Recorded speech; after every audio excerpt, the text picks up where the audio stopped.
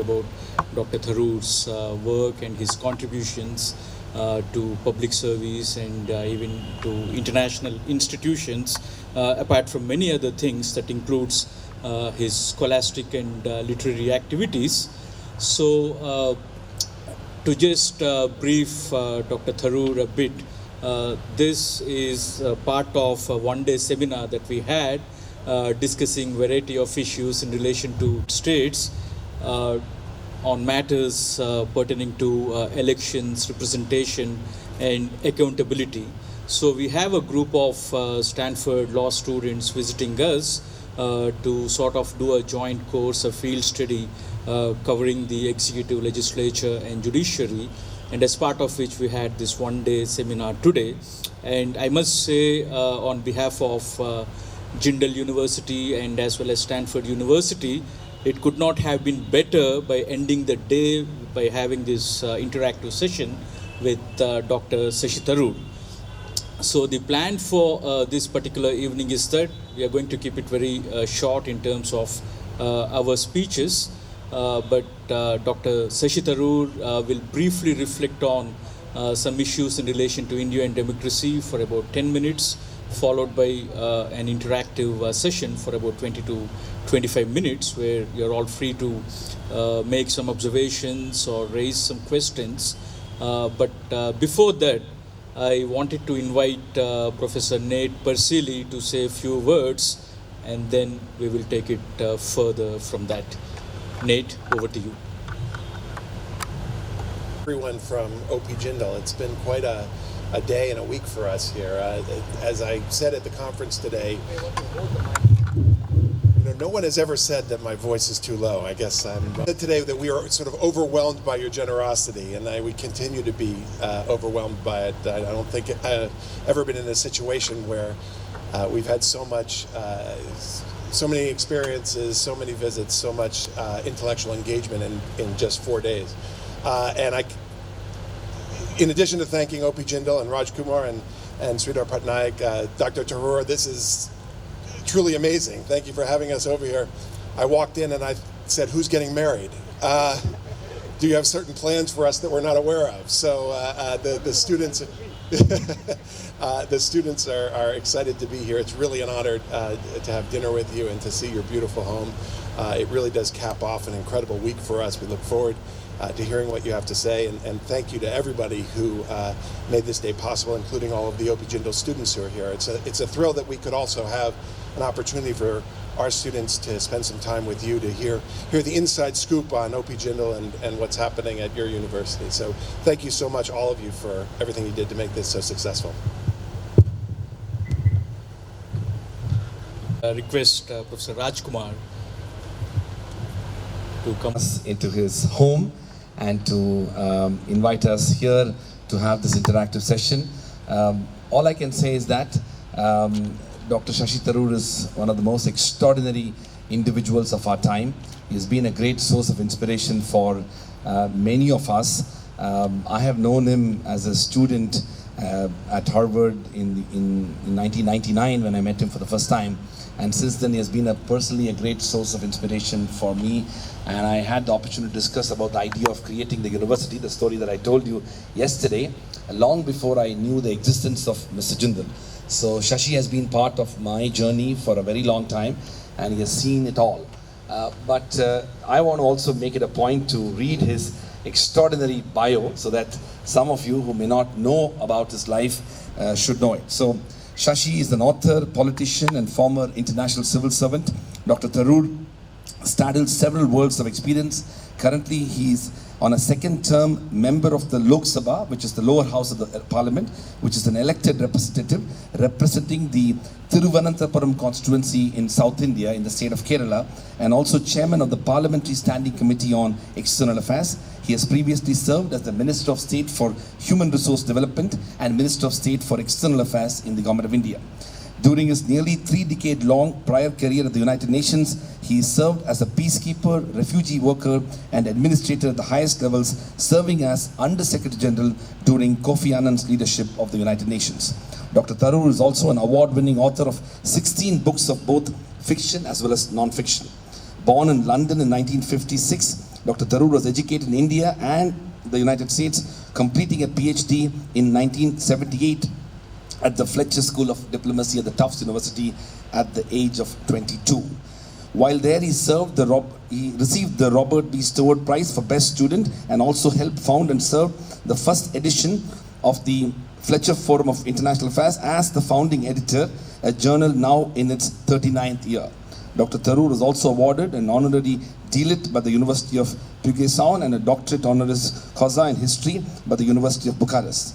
In 1998, the World Economic Forum in Davos named him a global leader of tomorrow.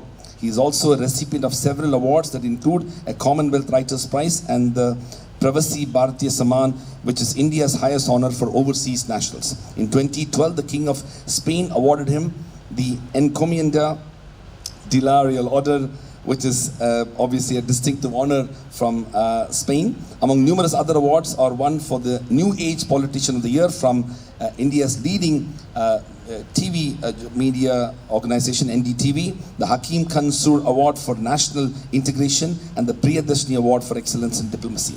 Dr. Shashi Tharoor was a pioneer in using social media as an instrument of political interaction. Till 2013, he was India's most followed politician on Twitter until being overtaken that year by the current Prime Minister, Mr. Narendra Modi. He was the first Indian to reach 10,000 and 100,000 followers on the medium and currently has nearly 5 million followers on Twitter. But of course, we know that everybody who uses Twitter are not necessarily individuals of great substance. But I want to make it a point to recognize the fact that above all, he has been a great friend of our university.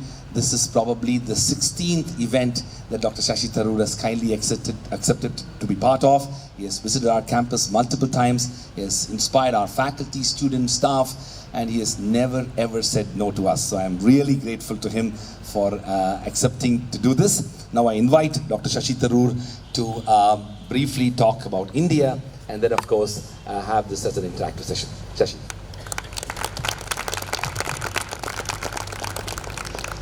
I shouldn't say my home with great proprietary joy. It's a government accommodation that I've been given as Member of Parliament and former Minister, but it's very, very pleasant to see you all here.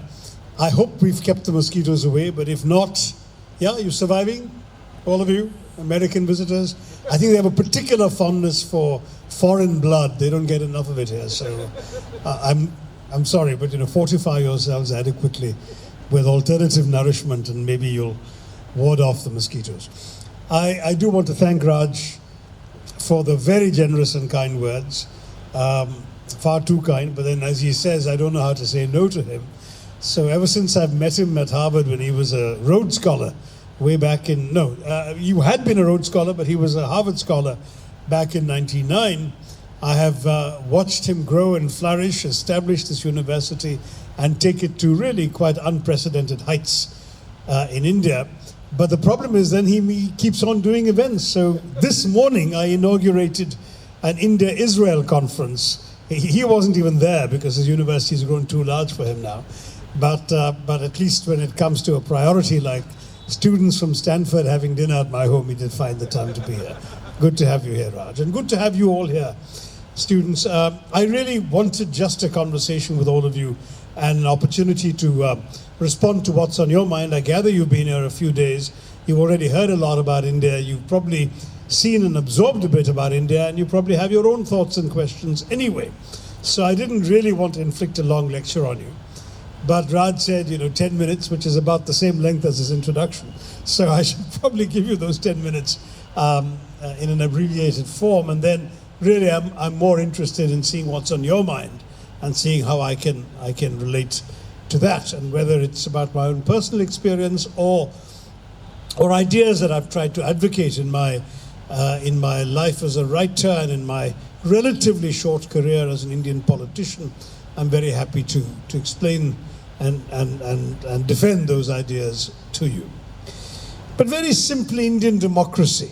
You're all law students, I gather, is that right, principally? So the Indian Constitution is probably one of the longest constitutions in the world. It was concluded, the drafting process took 2.5 years from before independence to November 1949. And it was an extraordinarily interesting document, Not so much, I think, because of the kind of system it created, but because of the country in which it created it. When you realize not only that India was this extraordinarily vast and diverse land that hadn't been unified under a single government since about the mid-18th century, when the Mughals, who were the last rulers who controlled about 90-odd% of the subcontinent, including Afghanistan, Pakistan, Bangladesh, and most of India, when they began to lose their hold on power, India had become more or less fragmented into multiple princely states. And when the British came, they took it on through a process of creeping annexation until finally, of course, they were able to claim with very little justification that they had created the political unity of India. In fact, they spent 200 years doing their very best to divide India with a conscious policy of what the Romans and the Macedonians before them called divide et impera, divide and rule, including particularly the active promotion of a sense of separateness amongst religious communities, which was meant to facilitate the prolongation of British colonial rule, but resulted in the stoking of unpleasant religious passions, ultimately culminating in the bitter partition of the subcontinent in 1947 and the creation of Pakistan ostensibly as a homeland for India's Muslims, though in fact more Muslims remained in India than went to the new country of Pakistan. Now, given that history, given the bitterness that had accompanied the birth of India, I wrote in one of my novels, the great Indian novel, this is a birth that was also an abortion, which is a perverse thing to say, but in novels you can get away with language like that. But that's what happened. The country was born as a free country, but it was also vivisected with the partition. There were 13 million refugees crossing from across these newly drawn borders, this bloody line, as a new documentary on partition calls it, and 1 million people, a conservative estimate, were butchered in the process of partition. Billions of rupees of property were destroyed in the violence and massacres and destruction and plunder that occupied that accompanied the partition. And all this happening in a country that the British had spent 200 years draining of every available resource. The British came to what was then one of the richest countries in the world. In 1700, it was the richest country in the world, accounting for 27% of global GDP. The revenues of King Aurangzeb, the Emperor of India, exceeded that of every single crowned head of Europe put together, including the grand King of France with his Versailles Palace and the great Queen of England, all of them put together. In fact, his revenues were 10 times that of the French king.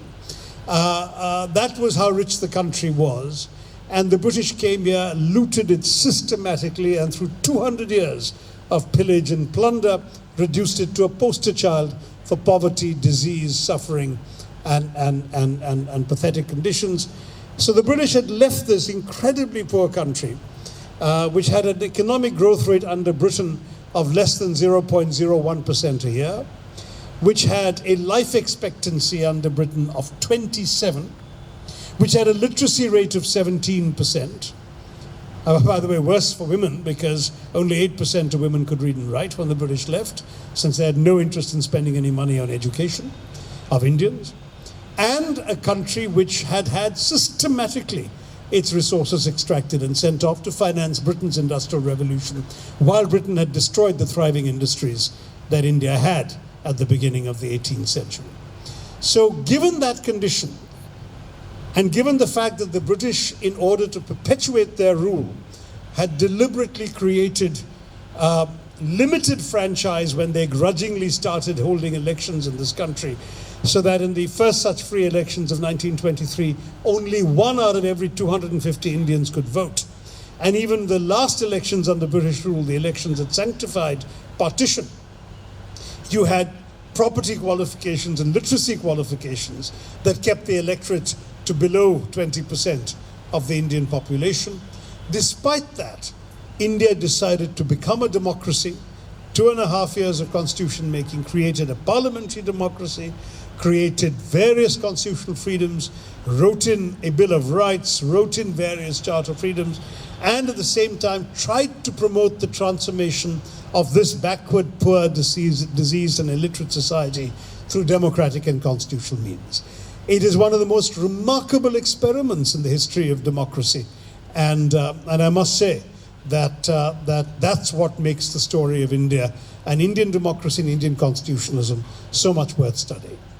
Now, the diversity of this land is immense. You must have heard about this already. I don't think there is a country on earth that incorporates quite as much diversity as India does. The enormous differences of everything from topography, climate, to geography, ethnicity, language. If any of you have cashed your rupee notes, you'll find the denominations of the currency written in 14 different languages. The Constitution recognizes 23.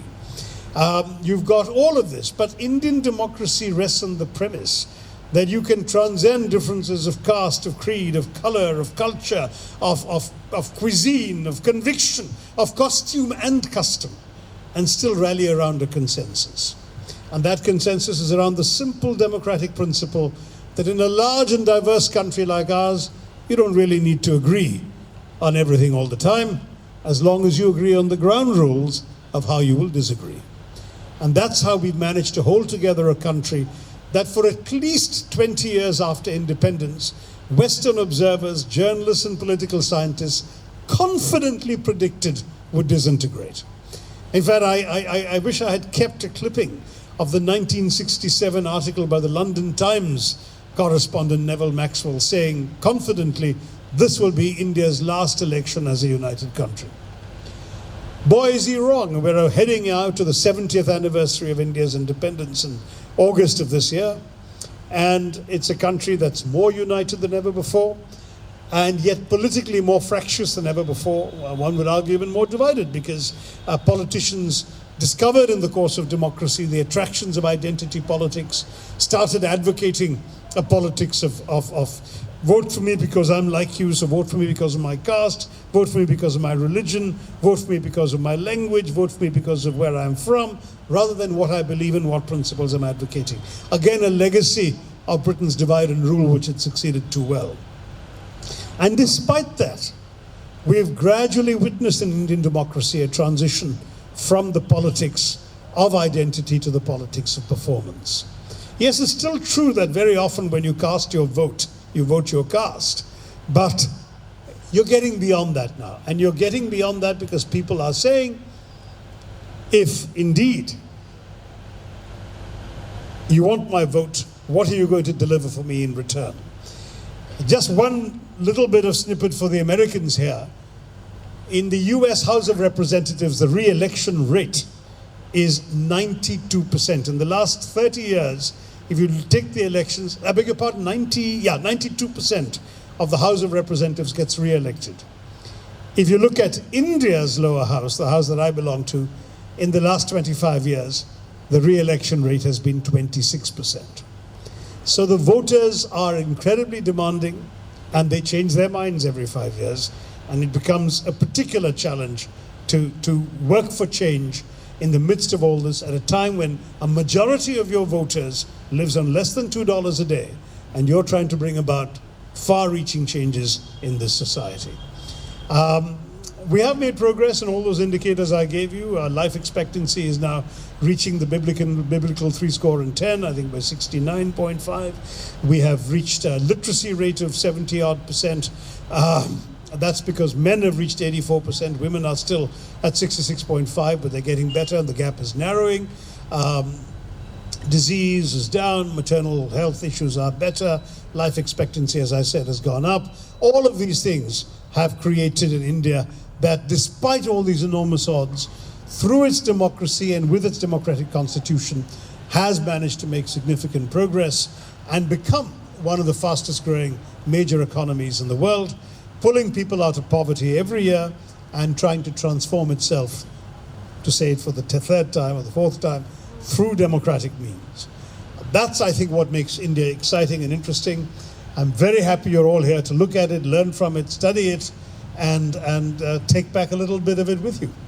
So I'm here to answer your questions.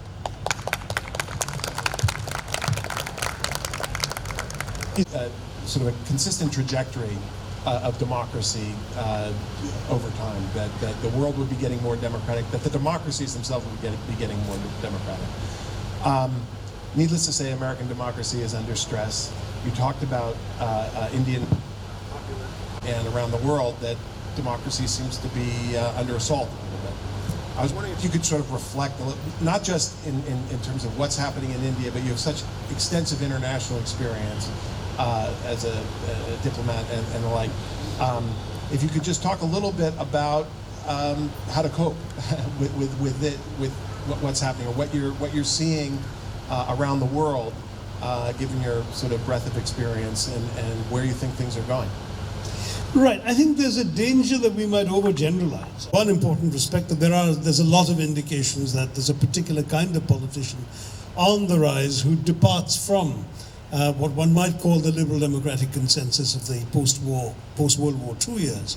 And that's exemplified by Mr. Trump in the US, by the Brexit vote in the UK, by the rise of Marine Le Pen, who is leading in the polls in France, by the triumph of many other politicians in European countries. We've had Wilders in the Netherlands, who came second in the recent elections. We've had a party called Jobbik in Hungary that's done rather well, and indeed the man who won is not particularly more moderate than that. In Turkey, you've got Mr. Erdogan, who also represents a sort of robust nationalist and religious-minded sort of chauvinism, if that's not too unkind a word, very similar in many respects to Mr. Modi here. And you're seeing all those examples, and you might be tempted to say, well, is the world changing? Is this a completely irresistible development? I've been accused of being a congenital optimist, so I live up to the billing. I would say I think not. I think there are objective reasons for each of these phenomena. Many of these reasons lie, for example, in the backlash against the economics of the last 30 years. Globalization, in particular, has created winners and losers, and the losers have voted back. In many cases, this may actually be Canute trying to push back the waves. For example, I believe it is demographically impossible for the white the white members of the American labor force to remain in the majority beyond 2030. That is, they are doomed to becoming a minority, whichever way they may vote between now and then. 2030 or 2020, maybe as soon as 2020. The numbers show that this is happening. Similarly, Britain may have gone ahead with Brexit, but it's going to find that the costs of doing so are so colossal that there will be a dramatic public sentiment seeking a reversal in due course. I mean, give you one example. I was startled to discover that Britain's exports to the Netherlands are 15 times its exports to China. So being cut off the European Union's preferential trade agreements is going to cost British consumers far more than what they think they might gain by having access to other markets, as they're somewhat optimistically talking about. And so it goes. Marine Le Pen is doing very well in the polls, but whoever comes second to her in the first round is going to get the support of far more people and thereby prevail in the second round. Though the way things are going at the moment, Emmanuel Macron might even win the first round. So I think that while there is a tendency to imply that this tendency is the dominant one, and that it will continue to prevail irresistibly across the board, I think is wrong, and it's too early in any case to come to that conclusion. Having said that, if you'd spoken to me this time last year, I would have not predicted a Trump victory, I would not have predicted a Brexit vote, and I would not have thought that the principal sources of geopolitical instability in the world are the US and UK. So, I mean, you're right, there are those concerns, but I hope that my optimism is also substantiated by objective facts on the ground, such as the strength of alternative approaches. I'm a third-year law student at Stanford. Thank you so much for having us over So here. far, all of you have been third-year law students. My question dovetails with the earlier conversation about the rise of authoritarianism in India and beyond. This week we've had an opportunity to learn a lot about procedural democracy in India, and it's been absolutely fascinating. But I'm curious as to your thoughts about substantive democracy, that is, the preservation of rights, particularly of marginalized groups and minority groups, especially in light of increased hateful rhetoric and increased sort of majoritarian populist sense of trying to suppress those rights, and how you see the procedural democracy either working against, working to prevent the substantive deterioration of rights, or potentially working with that. Thank you. Take it to mean elections, you mean parliament, you mean all of those structures, and by substantive, of course, you mean how democracy translates into the daily lives of ordinary citizens. They're supposed to work in tandem, and one is supposed to serve the purposes of the other. Progress has been made. I mean, I can assure you, for example, that there is no doubt that there is far greater accountability of the elected politician today than there was 20 years ago, and much more than, say, there was 50 years ago. And now the voters have by and large been educated in their rights. They know the elected representative is not some sort of exalted grandee come to lord over them, but somebody who's supposed to work for their benefit. And if he doesn't, they have the right to question him, and so on. And that's happening. It varies from state to state. My state, Kerala, being incredibly educated and enlightened, we have a higher rate of literacy than the United States. I get it, all the time when I'm there. In some parts of India, that's still not quite as developed. The people don't have quite a so strong sense of their own rights as citizens in a democracy. But by and large, that accountability has increased and improved, and it can only get better as it goes along. As the quality of the candidates also improves, as the economic growth drives more voters into the middle class, and they then start contemplating entering politics as well as being more active participants in the process, again, the substantive quality of democracy will improve. We had a peculiar thing in our democracy for a very long time, and the Indians here will know what I'm talking about, where the political profession seemed to be a sort of chasse gardée, as the French would call it, for just two kinds of people. The absolute sort of, or three kinds of people. One would be the descendants of the original freedom fighters, the ones who won our nationalism and who kind of stayed entrenched in politics, and their sons and daughters inherited their mantle, and their sons and daughters are now poised to inherit their mantle. That's one class. The second that I meant was the people right at the top of the socio-economic heap, the former Maharajas, Zamindars, Nawabs, the very affluent who could afford to buy their way into politics, and in many cases claim the feudal allegiance of large numbers of voters. And the third group was what the Marxists would call the lumpen proletariat, the people right at the bottom of the socio-economic ladder who had nothing whatsoever to lose by entering politics and everything to gain, and who entered politics as a means of self-advancement rather than as social change or as transformation of the society. And with those groups coming in, the people who stayed out were the educated urban middle classes, who said, this isn't for us. My parents would say to me, and I suspect that since I'm the generation of the parents of most of the young Indians here, their parents must have said the same thing to them. Study hard and write your examinations and get good grades, because that's how you're going to go ahead in life. It's the ones who aren't smart enough to do well in the examinations who will become politicians. So none of the people from this background. It's striking. I wrote a piece in the Times of India about 10 years ago, roughly, give or take. Maybe it was during the 2008 elections in the US, I think, or thereabouts anyway. You can Google it anyway, timesofindia.com and me. In which I pointed out the number of presidential candidates in the US in the preceding 6 elections or 8 elections who had been to an Ivy League institution, very often Harvard or Yale. And compared and contrasted that with India, where apart from Manmohan Singh, who went to Oxford, we've never had a prime minister with a worthwhile education since Nehru, the first one. So it really is quite startling how there's a particular class that has stayed out of the political arena, and that's changing now.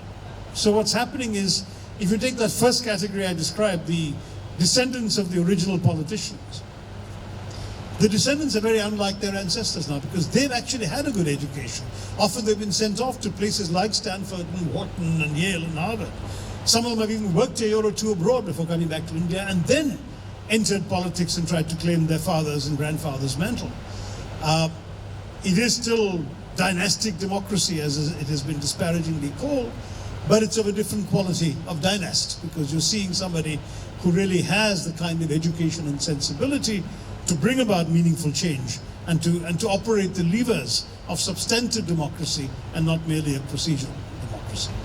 So I'd say the content is deepening and getting richer and stronger throughout, but it's far, far from perfect just now.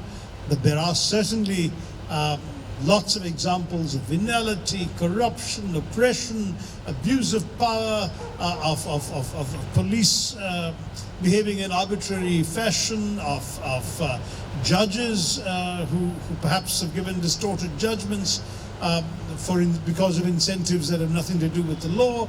All sorts of things like that have happened in our society, and we can't deny that. And I think that the Indians here will know what I'm talking about when I say that we are conscious of our own imperfections. We do have a way to go yet. But the good news is the progress has been absolutely steady and incremental. And so what you're facing is a situation where, if at all reservations is going to be contested, it will be contested in the judiciary. There was an extremely interesting judgment by Justices Gogoi and Nariman in the summer of 2015 that went largely unremarked. I'm one of the very few people who wrote an article about it. Again, you can Google me on the subject, in which, in a case dismissing the attempt to give Jats, relatively privileged so-called backward caste reservations in Haryana, the Supreme Court went on to observe that caste alone was not an admissible basis for reservations, and that the government had to come back with a more comprehensive socio-economic index that would permit a yardstick, an objective yardstick, to justify reservations. Now, what's startling about this judgment is not just that it was made, because one can understand judges making it, they don't have to worry about votes amongst the people who are affected. But what's startling in the constitutional democracy is how comprehensively the judgment has been ignored.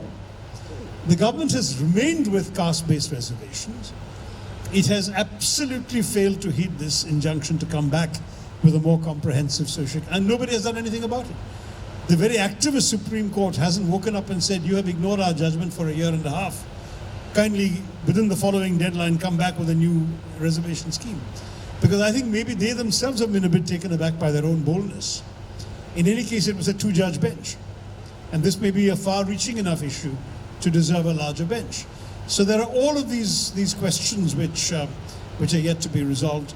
But if at all change is going to come to reservations, it will come through the judiciary and not through the political class, yet.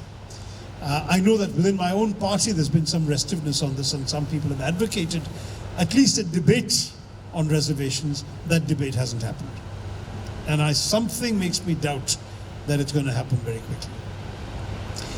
On your second question about the problem with the Uniform Civil Code is similar. It is one of entrenched rights. Thanks to the wonderful British, we have 150 years of Muslims having their own personal law, other communities having their own personal law. The majority community, thanks to enlightened political leadership, reformed its rather messy collection of personal laws to create the Hindu Code Bill, which became Hindu Marriage Act and Hindu Other Inheritance Act and all of those things. And so the Hindus have a common civil code, but nobody else does. Now, Hindus are 80% of the population, so they kind of tend to assume or presume that what's good for them ought to be good for the other 20%. But the other 20% say, sorry, we don't agree. Or at least some of their representatives say they're sorry, they don't agree.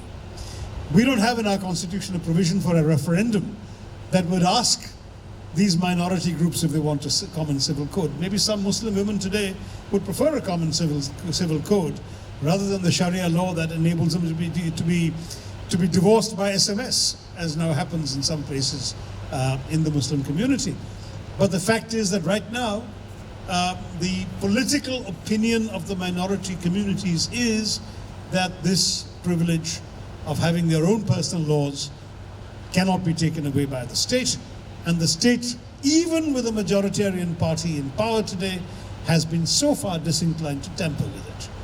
Now, of course, the way this ruling party is going, all I can say is watch this space, because you may well find that emboldened by a re-election next time around, they might even want to venture into that forbidden territory. But as of now, and certainly before the 2019 general elections, I don't expect to see them touching this hot potato either. Hold it closer. So I'm Arish. I'm from the LLM School of Jindal in Kashmir. My question is on the multiple party system which we have in India. From a parliamentary point of view, what do you think we should do about the multiple party system in India? Because for the sake of power, like in my own state of Kashmir, BJP and PDP have come to power which are ideologically different, but for the sake of power. I've heard the question, I can repeat it. So I wanted to know your views from a parliamentary view on that. Thanks, Arish. Well, look, I'm not a fan of the parliament.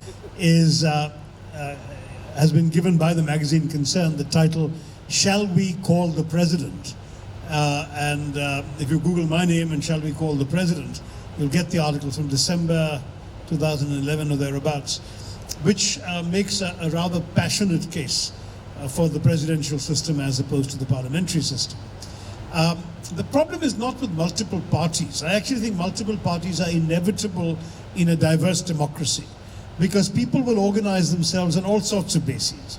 Some will organize themselves ideologically, some will organize themselves on principles of language, of religion, of caste, of region, of particular kinds of social advancement, and you can't really stop that.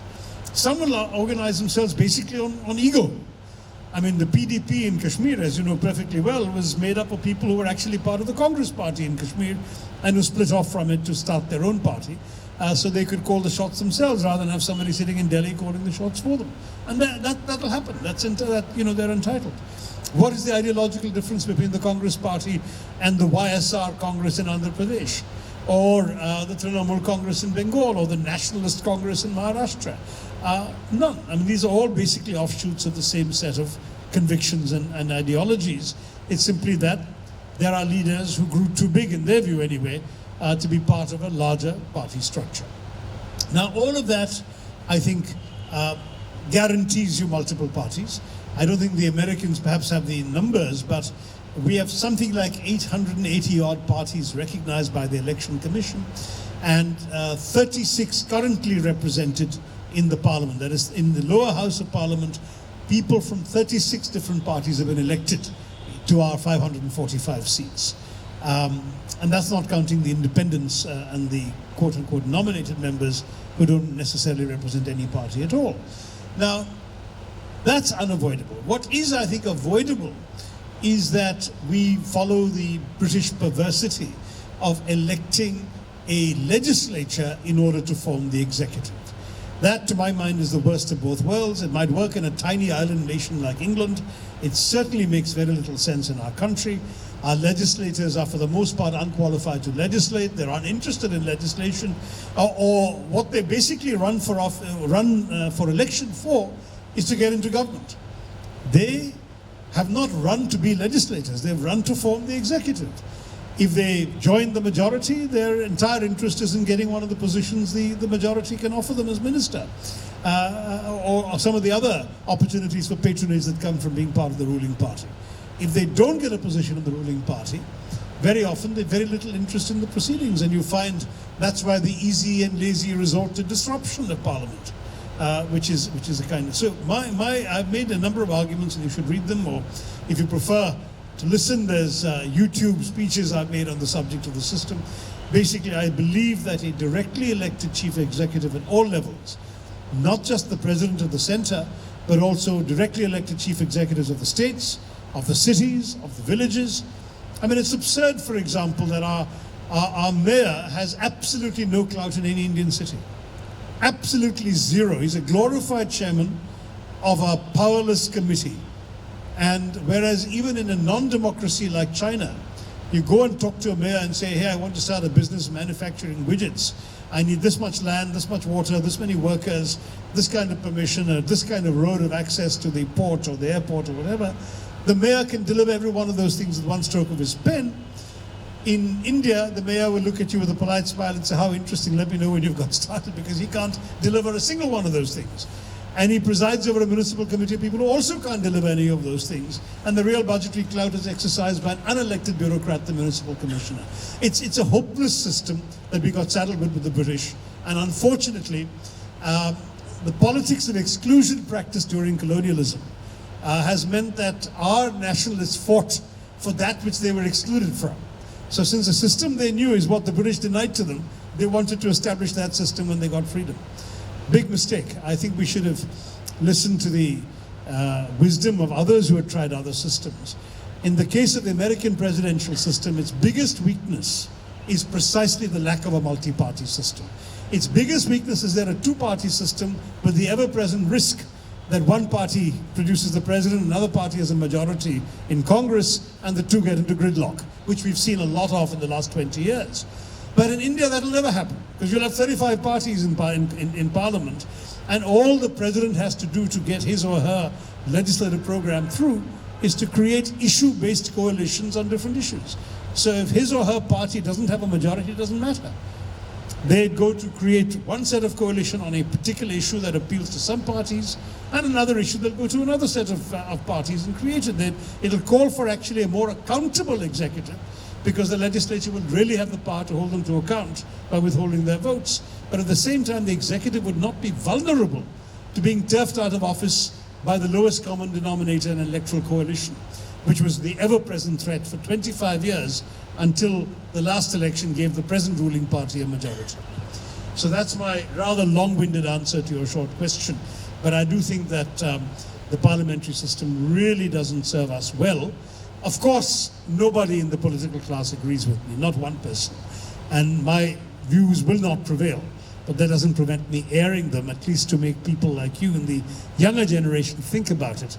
Maybe one day you'll all come to power and change the system for the better. And then you'll remember this evening.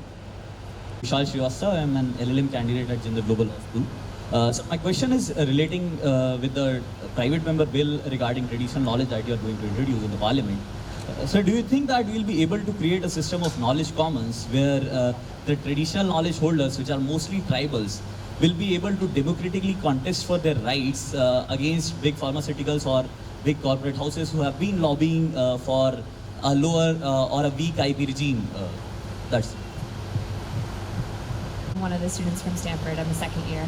My question is rather short. I'm just wondering if you could speak to what you think is the most important thing that we in the US can learn from the Indian democracy. I've really not been a great guy for preaching to others. I think, our system has to work for us, and your system has to work for you. But I think one interesting difference that I would draw your attention to is the involvement of the absolute bottom rungs of the socio-economic ladder in our democracy as opposed to yours.